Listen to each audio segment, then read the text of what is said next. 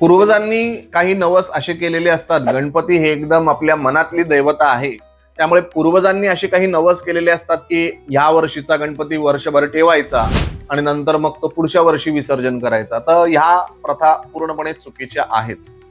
हे नवस म्हणजे ज्यांना जाणकार नाहीयेत काही लोक, लॉजिक मला असं वाटतं त्याच्या मागचं असं आहे की ती मूर्ती मातीची असते, वर्षभर तिला आपण ठेवणार, त्याची पूजा आपल्याला करता येत नाही काही वेळेस, किंवा ती खंडित होऊ शकते, किंवा अनंत चतुर्दशीला जर कधी ते सांगितलेले विसर्जन करायचं, मग त्याच्यामध्ये आपल्या श्रद्धा किंवा वेगळेच नियम जे लावलेले आहेत ते चुकीचे आहेत. कारण त्याच्याने काय होतं, काही वेळेस उंदीर काही ठिकाणी मूर्ती पोखरतात, काही ठिकाणी मूर्ती लहान मुलांकडून पडते, आणि मग अशा वेळेस भीतीचं एक वातावरण आपल्या घरामध्ये तयार होतं की आता मूर्ती तुटली किंवा मुंडकं हे गणपतीचं हे झालं तर मग ते मग दोष लागला वगैरे.